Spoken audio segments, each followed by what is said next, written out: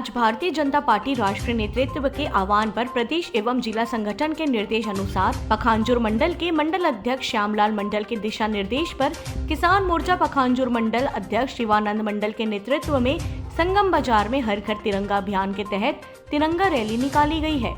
जिसमें मुख्य रूप से भारतीय जनता पार्टी के जिला उपाध्यक्ष असीम राय, मंडल उपाध्यक्ष हर घर झंडा अभियान के मंडल प्रभारी श्याम कुमार तिवारी, जिला महामंत्री किसान मोर्चा स्वपन तरफदार की उपस्थिति में रैली संगम बाजार चौक से भारत माता की जयकारे के साथ वंदे मातरम के जयकारे के साथ शुरुआत किया गया। पखांजूर से बिप्लब कुंडू की रिपोर्ट।